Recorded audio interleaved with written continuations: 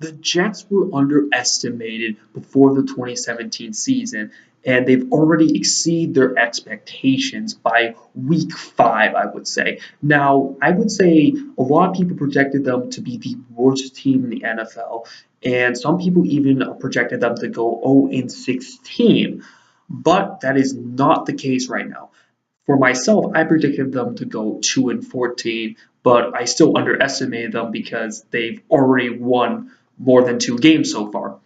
And when it comes to the Jets and whatnot, I think one thing to look at is Todd Bowles is a motivational coach. Now, when it comes to his game plans and whatnot, Todd Bowles is less than stellar, you could say. There's a lot of awkward times where he's running the ball when he shouldn't, and moments where he should run the ball and he's not. And there's a lot of things where his game plans aren't really that great. He really, really needs an offensive coordinator to succeed as a head coach in this league. Now, I thought Todd Bowles was destined to get fired, but it looks as if he's going to stay for another season and all of that.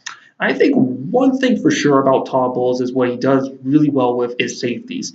And obviously, he was a defensive minded guy coming out of Arizona, obviously being their coordinator there. And not only that, he developed Tyrann Mathieu, who's one of the best safeties in the league. Now, when you look at it, you give him Jamal Adams and Marcus May, where they're first 2 round selections out there. Obviously, Jamal Adams in the first, Marcus May in the second.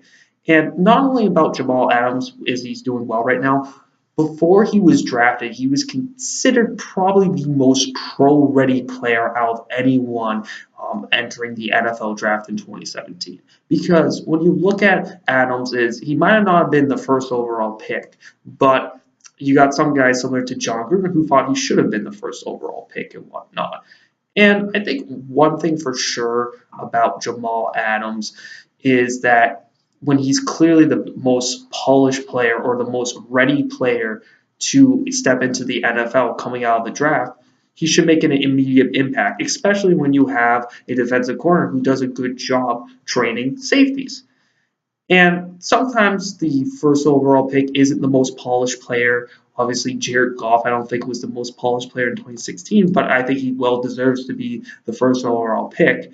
And you got guys similar to Amari Cooper, who is drafted really high and all of that. He might not have been the highest drafted guy, but he was the most NFL ready guy in his draft. And I think when it comes to this and all, that was something a lot of people didn't put in consideration. And one thing for sure about the Jets is the reason why they were judged was because their team on paper. Yes, there's not really any stars on their roster. I mean, maybe Muhammad Wilkerson, but he was struggling for the past couple of seasons. And then you got Leonard Williams, who has something there. But other than that, the names weren't just there. But one thing for sure is I think the Jets on paper can actually help the argument that they were underestimated. And I think it's clear that they're underestimated, but hear me out on this one. When it comes to them on paper, there might be no stars in their roster, but there's no guys that are really cancerous on the roster.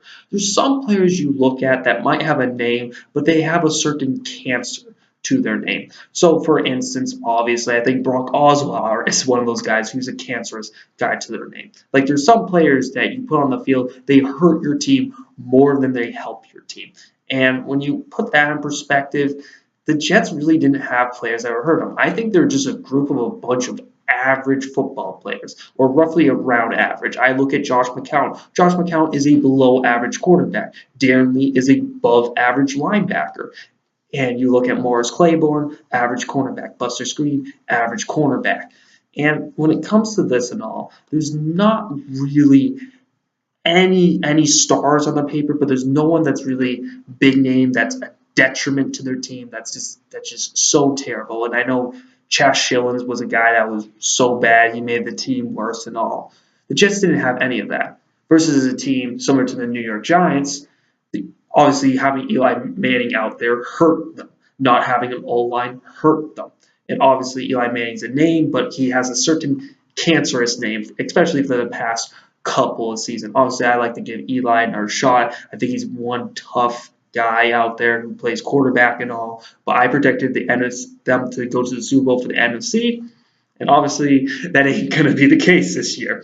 But when it comes to this and all, the Jets on paper, people just wrote them out because there's no big names on their team. There's really just no big names. And the idea about the name of a player can really overrate them. It really can. I think a good example would be Dwayne Allen of the New England Patriots. People thought that, oh, he's going to be what Martellus Bennett was in 2016. Well, if you look at Dwayne Allen, he hasn't caught a single catch yet, and the Patriots just brought back Martellus Bennett. Yeah, they claimed him off of waivers and all. But when it comes to the Jets, I think the main reason why they're underestimated was because the team was judged on paper incorrectly. You're allowed to judge a team on paper as much as you want, but it isn't the NBA where you can just simply go, this team has him. This team has a guy I don't know, guy I don't know. Okay, rest are, I guess, the team that I don't know anyone, it's probably going to be crap. Which you're probably going to be right in the NBA, and the NBA is much more predictable than the NFL. But I definitely look at the Jets that I think it's safe to say that they were underestimated, and I myself underestimated them. Now, no other news in the NFL. Obviously, Richard Sherman has ruptured his Achilles. Richard Sherman is my favorite Seahawk, and he's also my favorite cornerback in the league, so it's not great to see that happen. And there's been a lot of great players that have been injured. J.J. Watt, Aaron Rodgers, David Johnson, the list goes on and on and all of that. And not only that, when it comes to this, there has been a lot of things when it comes to the NFL when their owners might be colluding against Colin Kaepernick. That could be true. That could not be true. Maybe NFL owners might not think he's good. They also might not think that they want a distraction on their team and who's a backup worthy quarterback, or they might actually be colluding against them where they're saying, hey, make sure no one signs this guy so our ratings can stay up. I'm willing to consider them all and all of that. And I think in other news, I think when it comes to my channel, I'm not really going to do the weekly picks anymore. I'll give you some of mine. I might just announce them in the video I might make later on and all of that. Like if some discussion videos similar to this one, but I'm not really going to do the weekly picks because they don't really produce views, and also I'm not very good at it either. But if you want to do the little playoff predictions, which has this nice little bracket where you can predict week through week and all of that, links down below. Shout out to Sean D and all of that because he gave me the link to all this and gave me the idea of doing this and all that. But the link's down below and all that. But some predictions right here. I got the Broncos beating the Patriots this week just because it's going to be in Mile High. The Patriots have a lot of injuries also. And I think Denver plays New England well. I'm going to give it to Denver on that one. And a nice win by Seattle last night. It's a good win by Seattle and all of that. But guys, I'll see you guys next time. Peace.